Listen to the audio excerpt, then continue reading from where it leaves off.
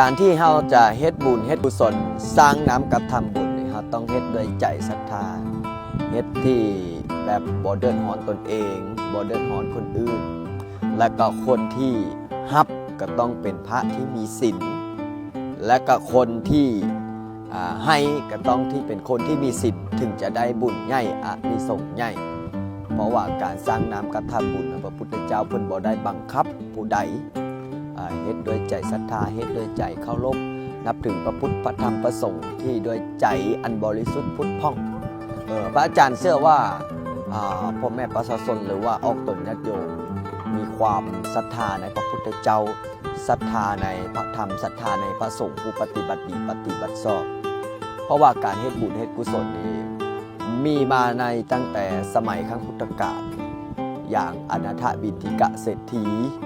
ก็ได้บริจาคที่บริจาคทางให้กับพระพุทธเจ้าสร้างวัดสร้างวาเนาะก็คืออยู่ที่วัดเชตวัน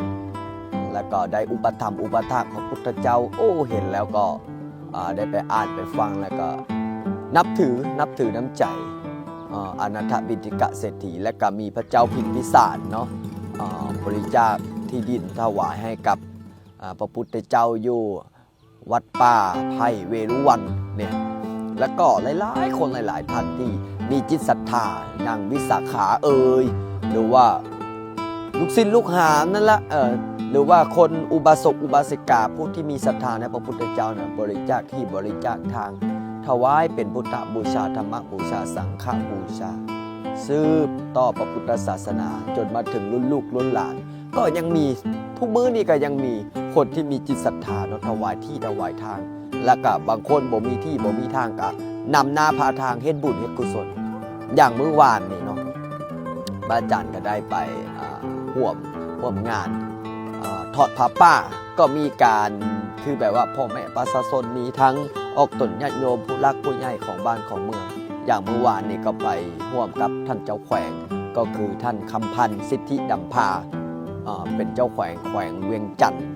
โอ้เห็นแล้วก็ปลื้มอกปลื้มใจนี่แหละคือนำพาพ่อแม่ประชาชนผู้ที่มีศรัทธาให้ศรัทธายิ่งขึ้นไปผู้ที่บ่มีศรัทธาก็หันให้มาศรัทธานี่แหละคือการเฮ็ดสร้างน้ำการทำบุญเชิญชวนพ่อแม่ประชาชนปลุกระดมผู้ที่อยากเฮ็ดอยากทำอยากสร้างน้ำการทำบุญช่วยเหลือวัดวาค้ำจุนพระพุทธศาสนาอันนี้แหละคือเกิดขึ้นมาแล้วทางโลกก็เจริญทางธรรมก็เจริญนี่แหละบุคคลที่หาได้ยากบนโลกใบนี้เพราะฉะนั้นแล้วเมื่อวานนี้ก็พระอาจารย์ก็ได้ไปร่วมต่อยอดทอดผ้าป่าช่วยพ่อแม่ครูบาอาจารย์ตามวัดตามวาก็โอ้เห็นแล้วก็ปลื้มอกปลื้มใจเนาะคณะสายบุญสายญาติธรรมก็มาเป็นร้อยเป็นพันอันนี้แหละคือศรัทธาอย่างยิ่งศรัทธาในพระพุทธศรัทธาในพระธรรมศรัทธาในพระสงฆ์เนาะเพราะฉะนั้นแล้วก็สาธุนำพาโดยท่านเจ้าแขวงก็คือท่านคำพันธ์สิทธิดำพาพร้อมกับคณะสายบุญสายญาติธรรมคนทั้งหมดทั้งมวลเนี่ยนะได้800กับ10 ล้านกับ1,700,000 กีบออกตนญาติโยมทั้งหมดทั้งมวลเนี่ยก็คือจะได้ถวายให้วัดนาเกือกนี้สร้างสาพัฒนาวัดวาให้เจริญรุ่งเรืองก็ขออนุโมทนาสาธุบุญกับออกตนญาติโยมให้มีความสุขให้มีความเจริญให้สุขกายสบายใจให้มีโชคมีลาภให้มีสุขภาพแข็งแรงให้โชคดีเป็นเศรษฐีร่ำรวยทุกคนทุกท่านเด้อ